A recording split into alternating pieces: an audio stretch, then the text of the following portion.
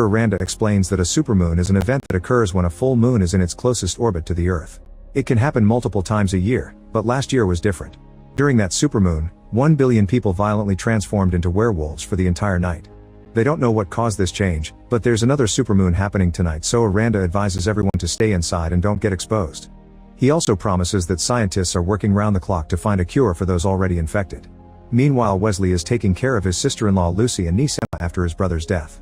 Using his knowledge as a former military man, Wesley spends the entire day building traps to protect the house from werewolves. Bear traps are spread in the garden, pepper spray and electric wires are connected to the fence, security cameras are installed in every corner, and barbed wire covers the roof. While working, Wesley notices that the neighbor Cody is practicing his shooting and calls him out because there are children on the streets. However, Cody doesn't care. He wants to train because he's seen that the werewolves are already terrorizing Japan and Australia. At the same time, another neighbor named Reagan brings some cookies to cheer Emma up since today's the anniversary of her father's death. To thank her, Lucy gives her some extra batteries and pepper spray. After Reagan leaves, Wesley announces the house must be locked for the rest of the day and goes over the rules with Lucy again. They must not open the door for anyone, not make any noise, not draw attention, and not hesitate to shoot. Since Wesley works for the Centers for Disease Control or CDC, he's on duty tonight and apologizes to Emma and Lucy for leaving. Once he's gone, Lucy locks all the doors and windows. Downtown, the military has taken over the streets. Curfew is about to start, so buses are picking homeless people to send them to shelters. Wesley suspects any person who looks strange and cringes at the pessimistic signs. When Wesley makes it to the CDC facility, Aranda introduces him to the press as the leader of the Global Rapid Response Team and lead molecular biologist. The second in command is Evan, and Amy is chief canis lupus biologist and behavioralist. Aranda explains that the supermoon triggers rapid DNA mutation and is photosensitive to moonlight. Tonight the CDC hopes to find a way to block this mutation, and so far they've developed a liquid called moonscreen which should act as a barrier between the moonlight and DNA. If it goes well, it could be developed into a cure. He finishes the conference by reminding everyone to stay inside. Afterward, everyone goes inside the facility and all the exit ports are sealed. Amy watches the arrival of her boyfriend Miles, who transformed into a werewolf last year. She remembers their last kiss and how he assured her that volunteering for the experiment was his choice. Miles is put inside a cage and chained up as a precaution since werewolves can feel when there's a supermoon coming. Wesley, Evan, and the other scientists put on special suits that have digital screens on the visors showing the vitals of their test subjects. The scientists put moonscreen drops on the volunteers' eyes, then they spray their whole bodies with moonscreen as well. One of the test subjects is starting to have second thoughts because she's scared, but her concerns are ignored. Miles tries to calm her down while the last two volunteers are already going crazy with excitement. Then the ceiling is open to let the moonlight in, but none of the test subjects transforms, which means the moonscreen works. Aranda immediately orders the team to take samples to start working on a cure. Wesley and Aranda look at the samples and notice the mutation is some kind of immunological defense system. They conclude the supermoon is triggering a dormant defense response, but they can't understand why it only became reactive last year. Suddenly Miles starts transforming, which means the effect of the moonscreen only lasts 60 minutes. Evan pushes the machine to try to spray him again, but Miles reaches through the bars to grab it and Evan freezes. At that moment the other test subjects start to transform too. As Amy orders her assistants to close the ceiling, Miles pushes the spraying machine, which crashes against a cage and a bunch of equipment. This triggers a short circuit that messes with the power and stops the ceiling from fully closing. The test subjects continue to transform into terrifying beasts while many of the machines begin exploding and spreading the damage. Most scientists start to run, but Aranda's suit is damaged by one of the explosions and his body is exposed to the moonlight, so his DNA is starting to react too. Wesley holds Aranda down while Evan searches for a tranquilizer, but unfortunately he isn't fast enough. Aranda finishes transforming and his new hairy body breaks out of the protective suit, slashing Evan with his claws in the process. Then a scientist opens fire and the werewolf runs away, but some stray bullets open more cages. While Wesley takes bleeding Evan into another room, the other werewolves also escape and start killing the armed scientists. Between the smoke from the explosion and the power failing, it's hard to see in the room, so one by one the scientists are snatched in the darkness. A werewolf picks up an armed man and throws it at the window to break it, creating an exit. In the corridors, the rest of the staff is trying to evacuate, but soon the werewolves reach this area too and keep on killing. After being startled by a falling body, Amy reunites with Wesley and Evan. While they struggle with the infirmary lock, a werewolf drops another body nearby and begins approaching them. Luckily they unlock the door just in time and rush into the infirmary before a soldier opens fire, finally killing this beast. Then Wesley and Amy try to take care of Evan's wound, but it's too late, he's lost too much blood and died. Amy freaks out and wants to find Miles, but Wesley stops her as he points out her boyfriend is now a violent monster and she can't do anything. When Amy says they should stay in the infirmary and wait for help, Wesley informs her that the rest of the staff is already evacuated and is just a matter of time before one of the other werewolves breaks the door. Back in town, howling can be heard in the neighborhood and the lights flicker as power starts to malfunction. Reagan can't find her mother but hears some weird noises, unaware there's a werewolf in the kitchen. Lucy checks the security cameras and sees another beast running down the street. The werewolf climbs a tree in the garden and Cody opens fire from his window. All his shots miss and the werewolf approaches the house to break the window, letting the moonlight in. Now Cody's DNA reacts and he begins transforming too. In the facility, Amy and Wesley carefully sneak around to avoid the werewolves until they make it to the armory, where they suit up and grab as many weapons as they can carry. Then they put moonscreen in their eyes and spray any exposed skin before setting 60 minutes on their watches. Wesley makes Amy promise that if either of them turns, the other will shoot. On their way out they come across Miles, so Amy shoots a light bulb to distract him with the sparks while they escape. The duo gets in Wesley's car and drives off as fast as possible. Wesley calls Lucy and she shares what she's seen on the cameras. At that moment Reagan appears outside, begging Lucy to let her in because a werewolf killed her mother and she doesn't want to be alone. Lucy wants to help but Wesley reminds her that opening the door is dangerous. While they argue, a werewolf attacks Reagan and quickly kills her too. Since Wesley is distracted by the phone call, he ends up crashing the car into a bus. The call ends and Lucy has a panic attack while hearing Reagan screams as she's murdered. The werewolf attacking her is Cody, who pushes his body against the fence to activate the electric trap. Lucy sees him on the cameras and activates the pepper spray to keep him at bay.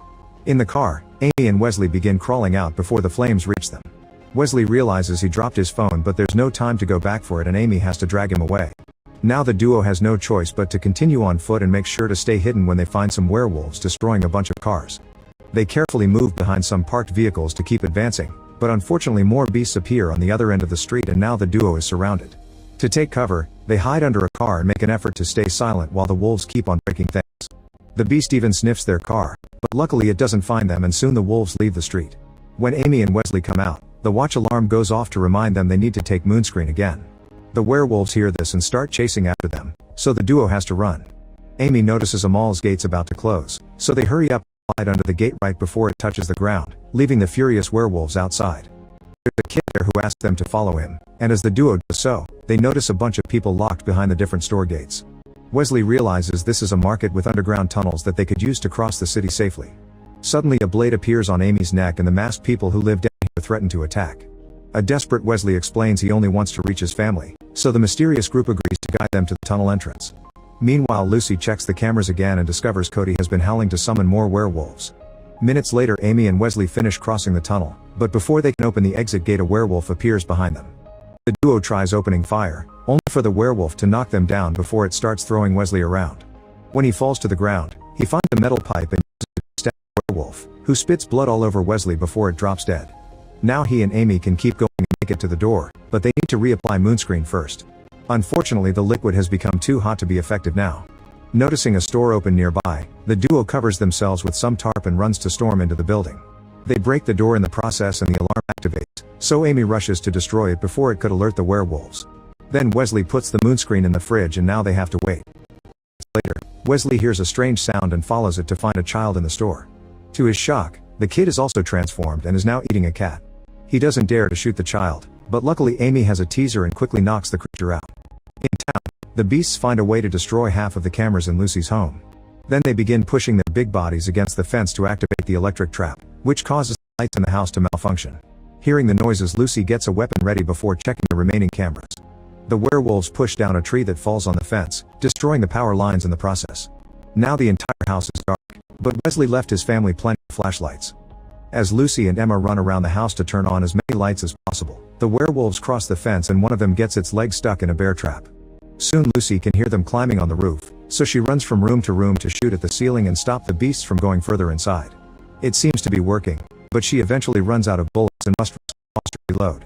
Back to Amy and Wesley, they return to the street after taking the cooled moonscreen.